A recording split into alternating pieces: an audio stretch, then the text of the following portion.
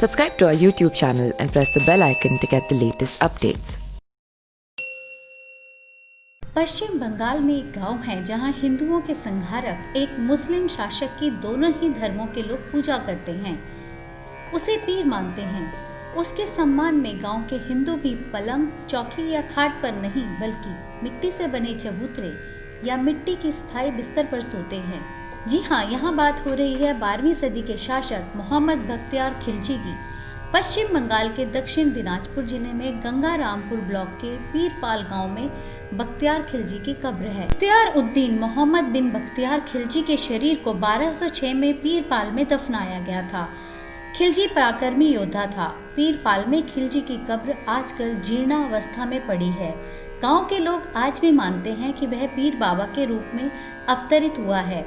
उसी के नाम पर गांव का नाम पीरपाल पड़ा। पीरपाल में रहने वाले मंगल राय के अनुसार पीर के प्रति सम्मान दिखाने के लिए वे लोग लकड़ी की चौकी, पलंग या बेड पर नहीं सोते। अगर कोई वीर है तो हर किसी को उसका सम्मान करना चाहिए। उनके बुजुर्गों ने बताया कि जब भी वह चौकी, पलंग पर सोते थे तो डरावने सपने आते थे। एक अन्य बुजुर्ग राजपाल राय ने बताया कि इस गांव में लोग सैकड़ों साल से जमीन पर सो रहे हैं। हर घर में कमरे में मिट्टी का बिस्तरा बनाया गया है। इतिहासकार सुमित घोष ने बताया कि बख्तियार खिलजी वीर योद्धा थे।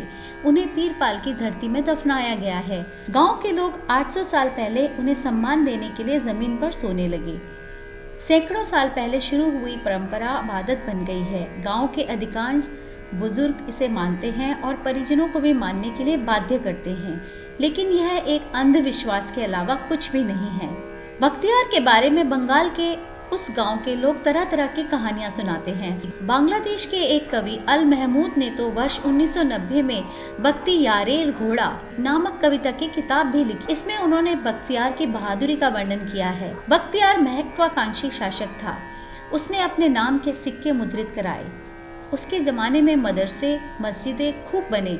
बख्तियार ऐसे इस्लामिक शासक के रूप में जाना चाहता था जिसकी उस समय के अमीर और शासक अनुकरण करते थे।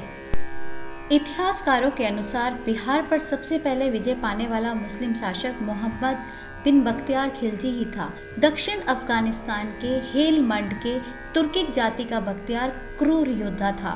उसकी भुजाएं घुटनों के नीचे तक आती थी। भारत में 1193 में कुतुबुद्दीन ऐबक की सेना में अधिकारी बनने आए बख्तियार को सफलता नहीं मिली। वहां से वह मालिक हिजबर अलादीन की सेना में शामिल हो गया। उसने बदायूं और अवध पर अपना पराक्रम साबित किया। उसकी वीरता से खुश होकर अल्दीन ने उसे मिर्जापुर के समीप छोटा सा राज्य दे दिया। उसके बाद तो खिलजी ने छोटे छोटे राज्यों पर कब्जा करना शुरू कर दिया। सन 1200 में जब उसने बिहार में प्रवेश किया और नालंदा, विक्रमशिला जैसे बौद्ध मठों को ध्वंस कर दिया। 1203 में बख्तियार खिलजी ने बंगाल में सेन राजाओं की राजधानी नदिया नवद्वीप पर मात्र 18 घुड़सवारों के साथ हमला कर दिया। राजा लक्ष्मण सेन इस अचानक हुए हमले से घबरा गए और उन्होंने सोनार गांव में शरण ली।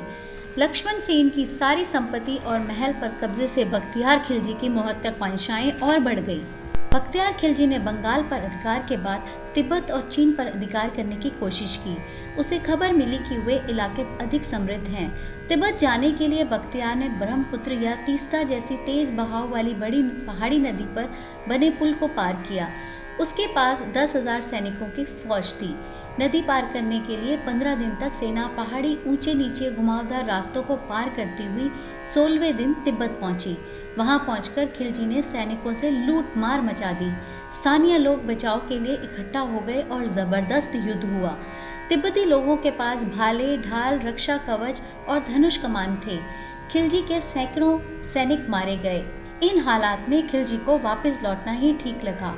भूख से बेदम उसके सैनिक अपने घोड़ों को मारकर खाने लगे थे। लेकिन जब वे नदी के किनारे आए तो देखा कि काम रूप में हिंदुओं ने पुल नष्ट कर दिया है। चौड़ी नदी को पार करने का कोई जरिया नहीं था। हिंदुओं ने खिलजी के सैनिकों को खदेड़ना शुरू किया तो वे डर से अपने घोड़ों को नदी में उतारने लगे।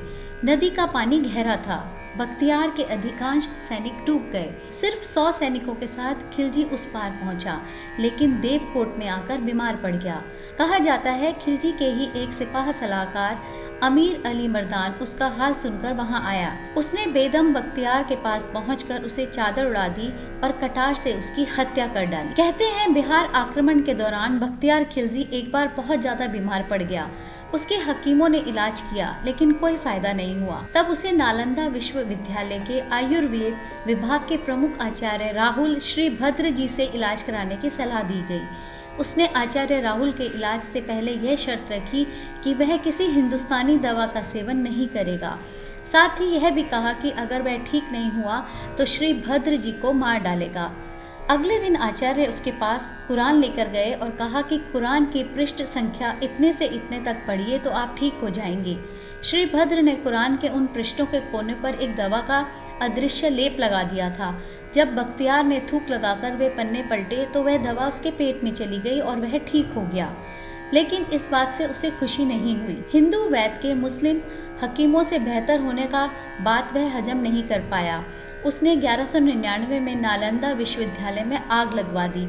सैकड़ों बुद्ध भिक्षुओं और आचार्यों को मरवा दिया। माना जाता है कि नालंदा में एक समय में 3 बड़े पुस्तकालय रत्ररंजक, रत्रोदधि और रत्रसागर थे। एक पुस्तकालय भवन तो 9 तलों का हुआ करता था। इतनी पुस्तकें थी जो 6 माह तक जलती रही। कई अध्यापकों और बौद्ध भिक्षुओं ने अपने कपड़ों में छुपाकर कई दुर्लभ पांडुलिपियों को बचाया और उन्हें तिब्बत की ओर ले गए। लेकिन तब तक शायद ही किसी को अंदाजा था कि यही तिब्बत बख्तियार खिलजी की मौत की वजह बनेगा। यह प्रस्तुति आप तक शैलजा ध्यानी द्वारा पहुंचाई गई।